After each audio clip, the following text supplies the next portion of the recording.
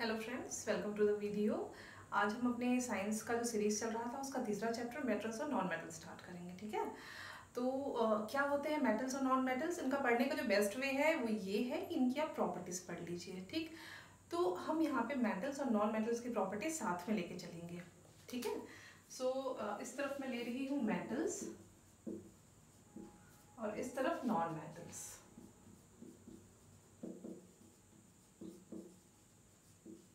ठीक है, एक एक करके हम प्रॉपर्टी देखते जाएंगे। वैसे तो हम पहले फिजिकल प्रॉपर्टी देखेंगे मेटल नॉन मेटल की, लेकिन एक केमिकल प्रॉपर्टी पहले देख लेंगे क्योंकि इसी केमिकल प्रॉपर्टी की वजह से मेटल और नॉन मेटल की कुछ फिजिकल प्रॉपर्टी हम समझ पाएंगे। Okay, so let's see. जो पहली प्रॉपर्टी है मेटल की वो ये कि जो मेटल का जो लास्ट ऑर्बिट रहता है उसमें कितने इलेक्ट्रॉन हो सकते हैं, 1, 2 या 3 इलेक्ट्रॉन्स हो सकते हैं। ठीक है, सो लास्ट ऑर्बिट में 1, 2 और 3 इलेक्ट्रॉन्स, और जबकि नॉन मेटल में जो लास्ट ऑर्बिट रहेगा उसमें कितने हैं, 4, 5, 6 और 7 इलेक्ट्रॉन्स हो सकते हैं। ठीक है, लास्ट ऑर्बिट में मेटल्स में 1, 2, 3 इलेक्ट्रॉन्स और उसमें 4, 5, 6 इलेक्ट्रॉन्स हो सकते हैं। ठीक है, जैसे कि हम एग्जांपल देख लेते हैं। हमारे पास है सोडियम, मैग्नीशियम, एल्युमिनियम मान लीजिए। ठीक है, तो सोडियम के कितने नंबर ऑफ कितने नंबर ऑफ एटम होते हैं सोडियम में, हमारे पास है 11, मैग्नीशियम में 12 और एल्युमिनियम में 13। अगर हम इसका कॉन्फ़िगरेशन देखें तो कैसे आएगा, 2, 8, 1, 2, 8, 2 एंड 2, 8, 3। ठीक है, सिमिलरली यहाँ पे देखते हैं, हम एग्जांपल ले लेते हैं। नाइट्रोजन कितना है, 7 है और ऑक्सीजन 8 है। ठीक है, तो इनके लास्ट ऑर्बिट में इसका कॉन्फ़िगरेशन किस तरीके से होगा, 2 और 5, यहाँ पे 2 और 6। ठीक है, तो आप देख सकते हैं दोनों के एग्जांपल से बहुत आसानी से कि इनके जो लास्ट ऑर्बिट में है ये 1, 2, 3 और यहाँ पे आप देख सकते हैं 5 एंड 6। सो ये बहुत ज़रूरी है आपको याद रखना कि जो मेटल्स हैं उनके लास्ट ऑर्बिट में 1, 2, 3 इलेक्ट्रॉन्स होते हैं, नॉन मेटल के लास्ट ऑर्बिट में 4, 5, 6, 7 इलेक्ट्रॉन्स हो सकते हैं। ठीक है, अब इनसे फर्क क्या पड़ता है, देखो मेटल की टेंडेंसी क्या रहेगी। देखिए, किसी मेटल की या नॉन मेटल की टेंडेंसी ये रहती है कि वो अपना ऑक्टेट पूरा करना चाहता है, यानी कि वो चाहता है कि उसके लास्ट ऑर्बिट में 8 इलेक्ट्रॉन्स हों। ठीक है, क्या आपको यहाँ कहीं पे भी 8 इलेक्ट्रॉन्स दिख रहे हैं, इन पांचों एग्जाम्पल में कहीं पे भी लास्ट ऑर्बिट में 8 इलेक्ट्रॉन दिख रहे हैं, नहीं दिख रहे हैं। लेकिन हर एलिमेंट की टेंडेंसी यही रहती है कि उसकी जो लास्ट ऑर्बिट है उसमें उसको 8 इलेक्ट्रॉन हो। ठीक है, वो अपना, उसको क्या कहते हैं उस टेंडेंसी को, वो अपना ऑक्टेट पूरा करना चाहते हैं। ठीक है, सो यानी कि वो नोबल गैस कॉन्फ़िगरेशन को पाना चाहते हैं। 8 इलेक्ट्रॉन किसमें, लास्ट ऑर्बिट नोबल गैस के 8 इलेक्ट्रॉन है, तो आपको पता है ना। तो ये नोबल गैस कॉन्फ़िगरेशन बोल लो या फिर ऑक्टेट को कंप्लीट करना चाहते हैं। तो मान लीजिए मैं अगर एग्जांपल लेती हूँ सोडियम का। ठीक है, तो सोडियम के पास जैसे कि मैंने बताया कितने इलेक्ट्रॉन है, 11, कॉन्फ़िगरेशन है 2, 8, 1। ठीक है, अब इसका कॉन्फ़िगरेशन ऐसा भी हो सकता है 2, 8, 8 यानी कि लास्ट उसमें लाने के लिए, या फिर ये 2, 8 रह जाए। ठीक है, या तो ये जो सोडियम है वो इसमें 7 एटम्स और प्लस करा ले, तब वो इस ऑक्टेट वाले कॉन्फ़िगरेशन को पा सकता है, या फिर भाई इसको भी हटा दे, जो 1 एटम है उसको भी छोड़ दे, तब वो ऑक्टेट वाले कॉन्फ़िगरेशन को पा सकता है। यानी कि या एक ये कंडीशन है और एक ये कंडीशन है। ठीक है, तो इसमें क्या हो रहा है, इसमें इस वाले कंडीशन के लिए इसको +7 इलेक्ट्रॉन्स लेने पड़ रहे हैं और इसके लिए इसको -1 इलेक्ट्रॉन करना पड़ रहा है। आपको क्या लगता है कि किसमें कौन सा केस ज़्यादा इजी रहेगा, 7 इलेक्ट्रॉन्स वो कहीं से गेन करे ये इजी रहेगा, कि वो अपना इलेक्ट्रॉन छोड़ दे, भाई तुम चले जाओ यहाँ से, ये इजी रहेगा। तो उसके लिए एक इलेक्ट्रॉन छोड़ देना ज़्यादा इजी है। That means for metals it is easy to lose electron, to donate electron. इसीलिए क्या होगा, वो इस कॉन्फ़िगरेशन को अटेंड कर लेगा, यानी कि वो अपना एक मेटल क्या करेगा, डोनेट करेगा और वो अपना ऑक्टेट पूरा कर लेगा। कौन, सोडियम।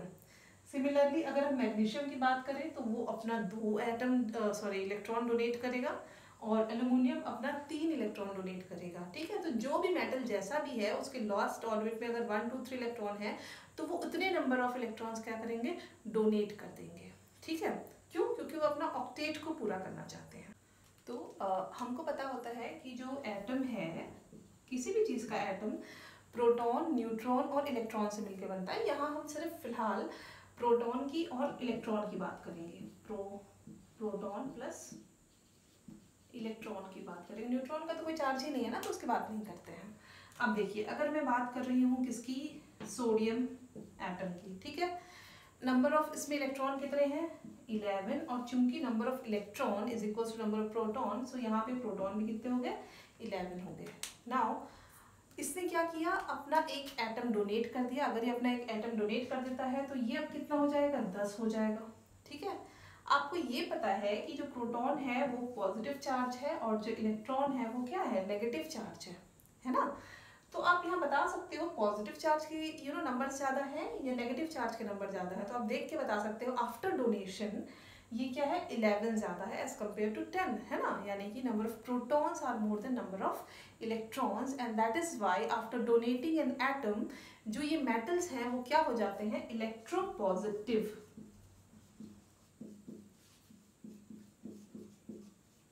ठीक है, मेटल्स क्या हो जाते हैं, इलेक्ट्रोपॉजिटिव, यानी कि ये इनको इस तरीके से लिखा जा सकता है। सोडियम का है तो Na+ आयंस बन जाते हैं और इनको हम क्या कहते हैं, कैटायन। ठीक है, समझ में आया। और इस तरफ आते हैं, जैसे कि हम देखते हैं नाइट्रोजन का, ठीक है। तो अब नाइट्रोजन का जो कॉन्फ़िगरेशन है वो 2 और 8 है।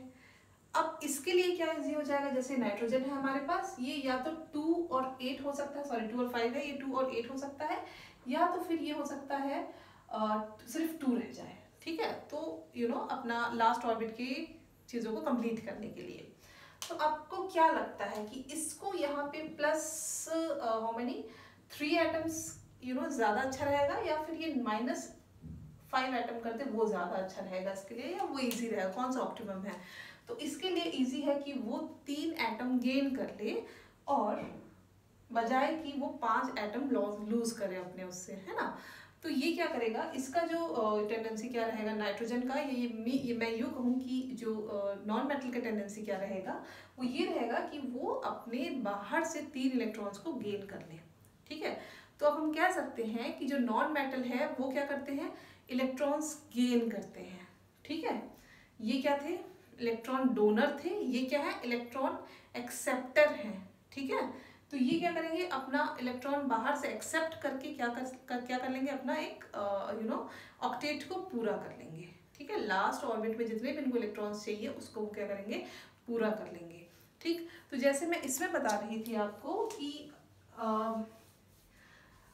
जो नाइट्रोजन है उसमें फिर से इसमें क्या है, प्रोटॉन और इलेक्ट्रॉन। इसमें नाइट्रोजन में कितने एटम्स थे, 7, सॉरी कितने इलेक्ट्रॉन थे, वो थे 7, इसलिए प्रोटॉन भी कितने हो जाएंगे, 7, ठीक है। लेकिन उसको चाहिए कितने, ऑक्टेट पूरे करने के लिए उसने +3 कर दिया है, +3 यानी कि ये कितने हो गए, 10, ठीक है। तो इससे कितने कर लिए हैं, +3, और राइट, क्योंकि उसके लास्ट ऑर्डर में कितना था, तो 5 था, उसको कितना करना है, 8, दैट मीन्स 6, 7, 8, उसको 3 इलेक्ट्रॉन और चाहिए, तभी वो अपना ऑक्टेट पूरा करेगा। तो उसने 3 इलेक्ट्रॉन बाहर से ले लिया और उसने अपना ऑक्टेट पूरा कर लिया। अब आप देख सकते हो कि जो ये है पॉजिटिव चार्ज और ये है negative charge, proton positive charge और इलेक्ट्रॉन नेगेटिव चार्ज। तो आप खुद ही देख सकते हो यहाँ पे कि जो नंबर ऑफ इलेक्ट्रॉन्स है वो क्या है, बहुत ज़्यादा है as compare to number of proton. तो ओवरऑल जो चार्ज हो जाएगा क्या हो जाएगा, नेगेटिव हो जाएगा। और इसी वजह से जो नॉन मेटल्स हैं वो क्या है, इलेक्ट्रो नेगेटिव, ठीक है। और अब मैं इसको कैसे लिखूंगी, -3, ठीक है, 3 माइनस या -3, इस तरीके से हम क्या लिखेंगे, और इनको क्या कहेंगे, एनायन, ठीक है। ये डोनेट करके क्या हो जाते हैं, पॉजिटिव हो जाते हैं, वो एक्सेप्ट करके क्या हो जाते हैं, नेगेटिव हो जाते हैं। मेटल्स को हम कैटायन कहते हैं, और उनके जो आयंस आ रहे हैं उनको हम क्या कहते हैं, एनायन कहते हैं। एक और चीज़ जो आपको पता होनी चाहिए वो ये है मेटालिक बॉन्ड, यानी कि मेटल्स में जो बॉन्ड है उसको हम क्या कहते हैं, मेटालिक बॉन्ड, ठीक है। Metallic bond, okay.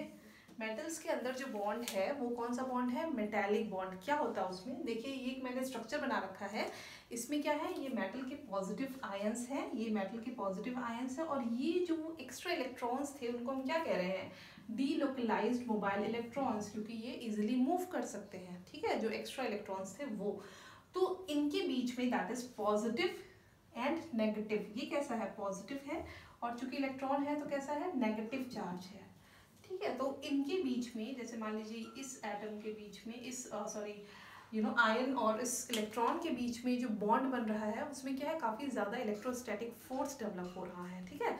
और इसी हाई इलेक्ट्रोस्टैटिक फोर्स की वजह से इनके बीच में, यानी कि दो मेटल एटम्स के बीच में बहुत ज़्यादा स्ट्रॉन्ग बॉन्ड होता है, ठीक है। तो मेटल का बॉन्ड कौन सा बॉन्ड है? मेटालिक बॉन्ड है, और ये बहुत ज़्यादा स्ट्रॉन्ग बॉन्ड है, और इसी मेटालिक बॉन्ड पे जो है इसकी फिजिकल प्रॉपर्टी क्या होती है? डिपेंड करती है, ठीक है। तो जबकि इसमें जो नॉन मेटल में होते हैं वो कोवेलेंट बॉन्ड होते हैं और वो इतने स्ट्रॉन्ग नहीं होते हैं, ठीक है। तो अब हम इसकी फिजिकल प्रॉपर्टी देख लेते हैं एक एक करके, ठीक। तो जो सबसे पहले हम अगर फिजिकल प्रॉपर्टी की बात करें तो बात कर लेते हैं उसके अपीयरेंस की। अपीयरेंस की मतलब फिजिकल स्टेट, ठीक है। मैं मेटल्स को इस तरफ लिख देती हूँ, फिजिकल स्टेट। तो जो मेटल्स होते हैं उनकी फिजिकल स्टेट कैसी होती है? Metals are generally solid at room temperature, ठीक है। Metals are generally solid at room temperature, and non metals जो है कैन बी सॉलिड, लिक्विड और gas. So metals are generally solid at room temperature and non-metals are what? Solid, liquid और gas. Now again, जो मैंने आपको बताया कि इसके बीच में एक बॉन्ड होता है, मेटालिक बॉन्ड होता है, तो it give it a solid appearance, ठीक है। वो उसको सबको बांध के रखती है एटम्स को, तो वो एक सॉलिड फॉर्म में आ रहा है। Now एक्सेप्शन है इसमें जो सॉलिड नहीं है, जैसे मरकरी। मरकरी आपको पता है, mercury is the only metal which is in liquid state. इसके बाद गैलियम। गैलियम ऐसा मटेरियल, ऐसा मेटल है जो आप रूम टेम्परेचर पे लिक्विड पे आ सकता है। आप उसको अपने हाथ में रखोगे तो वो मेल्ट हो जाएगा, ठीक है। 30 डिग्री के अराउंड उसका मेल्टिंग पॉइंट टेम्परेचर होता है, तो वो भी आप कह सकते हो कि रूम टेम्परेचर पे क्या है? लिक्विड फॉर्म में आ जा रहा है। अदरवाइज सारे जो मेटल्स हैं वो लगभग सॉलिड रहते हैं एट दी रूम टेम्परेचर, ठीक है। सेकेंड फिजिकल प्रॉपर्टी हम देख लेते हैं, जैसे कि हम देखते हैं hardness. So metals are generally hard.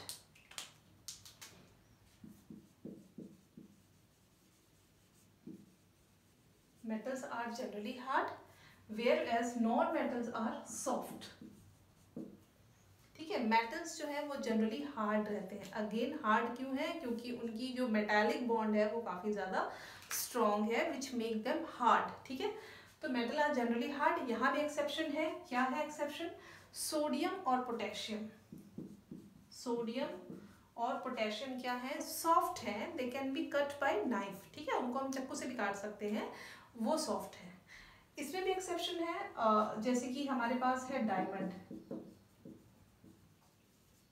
Diamond क्या है? हार्डेस्ट नोन सब्सटेंस हम बोलते हैं ना। सो डायमंड जो है नॉन मेटल है लेकिन हार्ड है, ठीक है।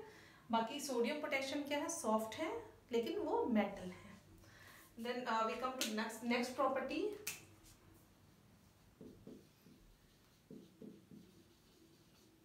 डक्टिलिटी। क्या होता है डक्टिलिटी? डक्टिलिटी कुछ नहीं होता है, ductility is the wire drawing property of a metal या मटेरियल कह लें। यानी कि जैसे कि आप अपने घरों में कोई भी वायर देखते हैं, ठीक है, जो मेटल के वायर रहते हैं, मतलब मेटल्स को आप लंबा ड्रॉ कर सकते हो, वो टूटेंगे नहीं, ठीक है। तो मेटल के अंदर ये प्रॉपर्टी रहती है कि आप उसको वायर्स में ड्रॉ कर सकते हो बिना टूटे, मतलब वो काफ़ी पतले वायर्स में ड्रॉ हो सकते हैं और वो टूटेंगे नहीं, ठीक है। तो जैसे कि आप गोल्ड का एग्जांपल ले लो, तो गोल्ड जो है, आप सोचो 1 ग्राम कितना कम होता है ना। 1 ग्राम से आप 2 किलोमीटर की वायर, इतनी पतली वायर खींच सकते हो, उससे बना सकते हो, तो टूटेगा नहीं। लेकिन जो नॉन मेटल्स हैं वो नॉन डक्टाइल होते हैं, दे आर नॉट डक्टाइल। तो हम कह सकते हैं कि इनकी डक्टिलिटी क्या है? हाई डक्टिलिटी है,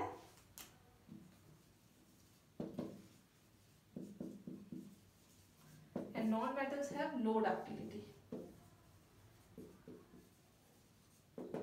फॉर एग्जाम्पल यहाँ पे आप गोल्ड लिख सकते हो, गोल्ड की बहुत अच्छी डक्टिलिटी है, ठीक है। Now we after ductility we come to brittleness, या चलो मैलिएबिलिटी देख लेते हैं पहले, ठीक है। मैलिएबिलिटी क्या होती है? किसी भी मटेरियल की शीट में फॉर्म में लाने की टेंडेंसी, ठीक है।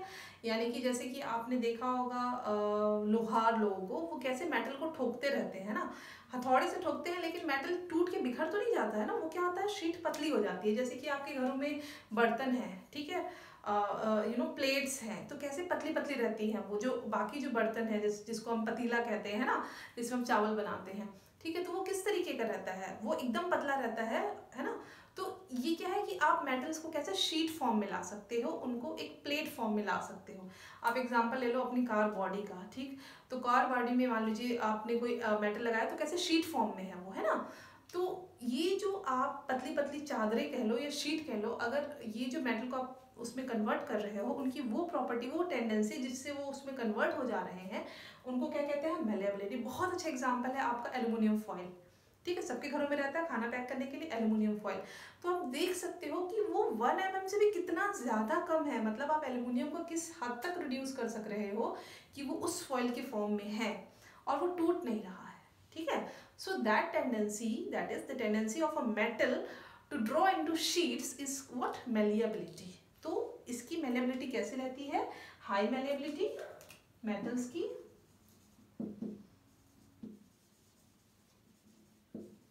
और इसकी कैसे रहेगी, लो रहेगी। दैट मीन्स अगर आप सोचोगे कि मैं इसको शीट फॉर्म में बना लूँ तो वो पॉसिबल नहीं है, वो टूट जाएंगे, या मैं इनको वायर ड्रॉ कर लूँ तो वो पॉसिबल नहीं है, वो टूट जाएंगे, ठीक है।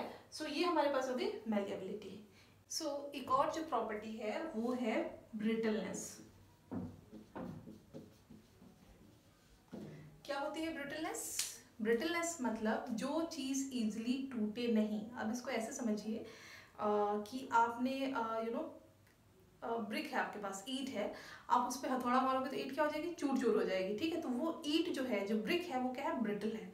चौक को आप तोड़ोगे वो टूट जाएगी, वो क्या है, ब्रिटल है, ठीक है। लेकिन आप आयरन नेल ले लो, आप उसको मोड़ो, तोड़ने की कोशिश करो, क्या वो टूटेगा? नहीं, वो नहीं टूटेगा, ठीक है। तो जो मेटल्स होते हैं वो नॉन ब्रिटल होते हैं, ठीक है। क्या होते हैं मेटल्स? Non brittle.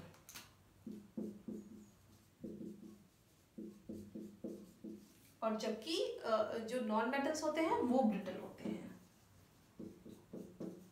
ठीक है। नॉन मेटल्स जो है वो क्या है, ब्रिटल है, और जो हमारे मेटल्स हैं वो नॉन ब्रिटल है, यानी कि वो जल्दी नहीं टूटेंगे, ठीक है। जैसे आप फोर्स लगा रहे हो, कुछ प्रेशर दे रहे हो, तो टूट नहीं जाएंगे वो, ठीक है। आप किसी भी चीज़, कोई भी एग्जांपल ले सकते हो, आप स्टील ले लो, ठीक है, आप स्टील ले लो, आप आयरन ले लो, आप कोई भी एल्युमिनियम वायर ले लो, है ना, तो वो इतनी जल्दी नहीं टूटते हैं, ठीक है। सो ये कुछ डिफरेंस हुए। अच्छा, ये मैं बताना भूल गई, जैसे कि ये सॉलिड है, सॉलिड में हमारे पास क्या है, कार्बन, ठीक है। नॉन मेटल्स के मैंने लिख तो दिए यहाँ पे, सॉलिड, लिक्विड और गैस में, लेकिन उसका एग्जांपल नहीं बताया। लिक्विड में हमारे पास है ब्रोमीन, और गैस में आप देख ही सकते हैं हमारे पास है नाइट्रोजन, ऑक्सीजन, क्लोरीन, ये सारे। तो यानी कि जो नॉन मेटल है वो तीनों स्टेट में पाया जाता था, ये मैं आपको बता रही थी, ठीक है, एग्जाम्पल नहीं बता पाई थी। Moving to the next property. एक प्रॉपर्टी होती है मेटल की जिसको हम क्या कहते हैं, sonorous. Sonorous, metals are sonorous, ठीक है। क्या होता है sonorous? Number 6, sonorous. Metals are sonorous, यानी कि मेटल एक डीप मेलोडियस साउंड प्रोड्यूस करते हैं। जैसे कि आप घंटी बजाते हैं, कैसे बजाते हैं, टन, है ना, इस तरीके से आवाज आती है। तो ये कैसा साउंड है आपका, डीप साउंड है, ठीक है। अगर आप नॉन मेटल्स को आपस में टकराएंगे तो खट खट फट फट इस तरीके की आवाज आएगी, लेकिन जो आप मेटल को टकराएंगे आपस में तो एक डीप साउंड आएगा, तो उसी साउंड को हम क्या कहते हैं, सोनोरस कहते हैं, ठीक है। तो जो मेटल्स कैसे हैं, सोनोरस है, और ये वाले कैसे हैं, नॉन सोनोरस है। नॉन मेटल्स कैसे हैं, नॉन सोनोरस है, ठीक है। नेक्स्ट एक प्रॉपर्टी देख लेते हैं हम, मेल्टिंग एंड बॉइलिंग पॉइंट।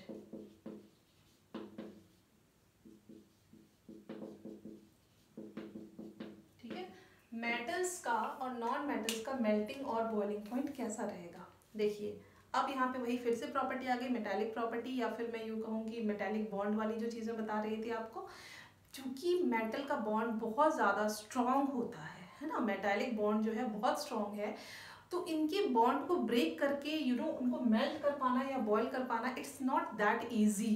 ठीक है, क्योंकि बॉन्डिंग बहुत ज़्यादा अच्छी होती है दो मेटल के बीच में, दो मेटल एटम्स के बीच में, so it is not at all easy to break this bond. ठीक है, तो आप इस बॉन्ड को तोड़ नहीं सकते हो इतना ईजिली, और जब आप बॉन्ड टूटेगा तभी वो मेटल क्या होगा, मेल्ट होगा या बॉयल होगा। तो इसीलिए इनकी जो मेल्टिंग पॉइंट रहता है वो क्या रहता है, हाई रहता है, और ये क्या रहता है, लो रहता है।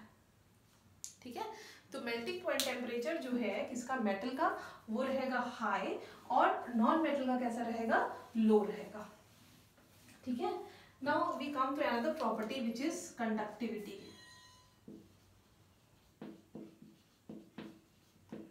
कंडक्टिविटी, ठीक, तो conductivity in what sense, conductivity electrical conductivity as well as heat conductivity. तो दोनों ही केस में जो मेटल हैं they are good conductor and they are bad conductor। Exception है ग्रेफाइट।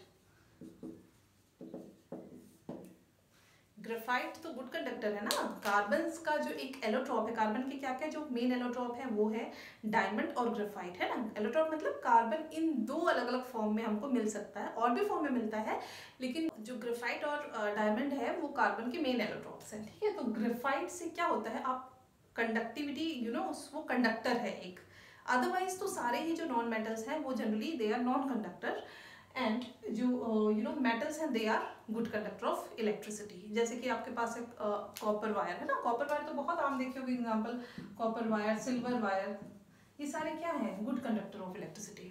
ठीक है, now moving to the next property, like we have lustre.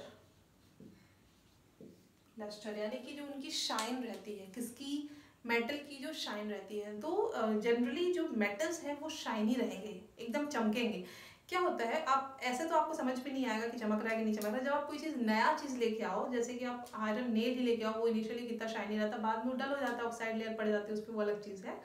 इसी तरीके से आप कोई भी मेटल का बर्तन लाओ, अगर वो पॉलिश किया हुआ है, पॉलिश मतलब पेंट वाली पॉलिश नहीं, बेसिकली सैंड पेपर से और एकदम फाइन सैंड पेपर से उसको पॉलिश करते हैं, तो उसकी एकदम मेटल क्या होता है, एकदम शाइन मारने लगता है, इतना शाइन मारने लगता है कि आप उसमें अपना चेहरा तक के देख सकते हैं।